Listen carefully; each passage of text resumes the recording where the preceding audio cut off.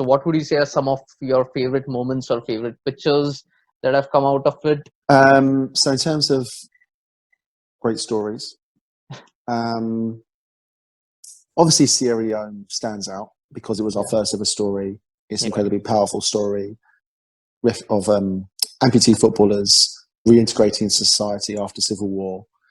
And the photos will always be some of the most powerful and the most meaningful to us.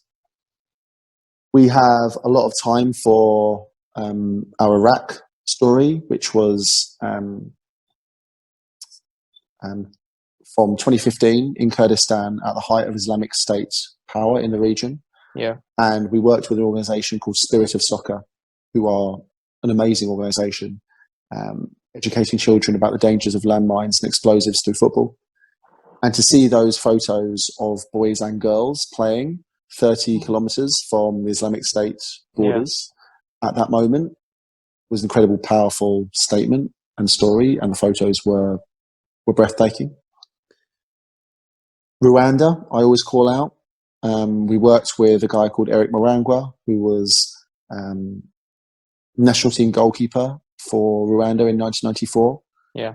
When the genocide broke out, he was Tutsi, lost 35 members of his own family in the genocide, was only spared because his club president, who was a Hutu militia leader, later indicted on war crimes, spared Eric's life because he wanted him to play in goal for him after the genocide.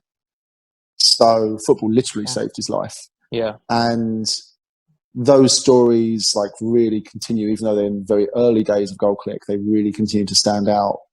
I'd say recently, obviously we've spoken about the Women's World Cup stories and the US Women's National Team.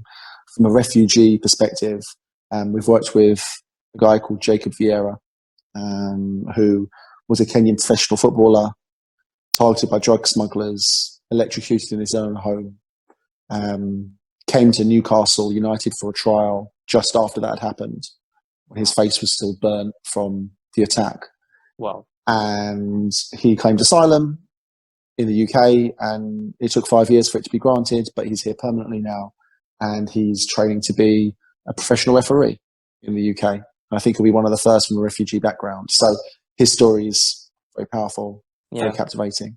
And then I would also call out two others. Lahano is a girl from Malawi who has come up through Ascent Soccer Academy in Malawi.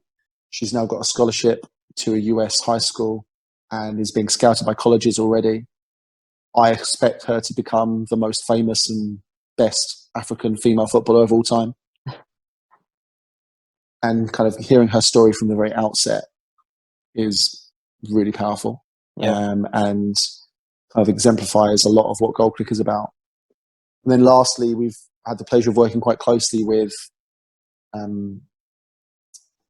Miranda Nylde, who is a half American, half Thai women's footballer. She plays for the Thailand national team. She lives in California. She was a student at college until the World Cup, basically a month before the World Cup. She was in the Thailand team that lost 13-0 to America in that World Cup. Yeah. And she's now attempting to become a women's professional footballer at quite a tough time. Yeah. I think her story, and we made a film with her last year, exemplifies everything that is going on in the world of women's football. You know, the US system being very advanced, but also being very tough below the elite level, the state of all the other countries' infrastructures like Thailand, the disparity between nations at the World Cup. You know, her story and photos really stood out to us as she's at the heart of all the issues around women's football at the moment.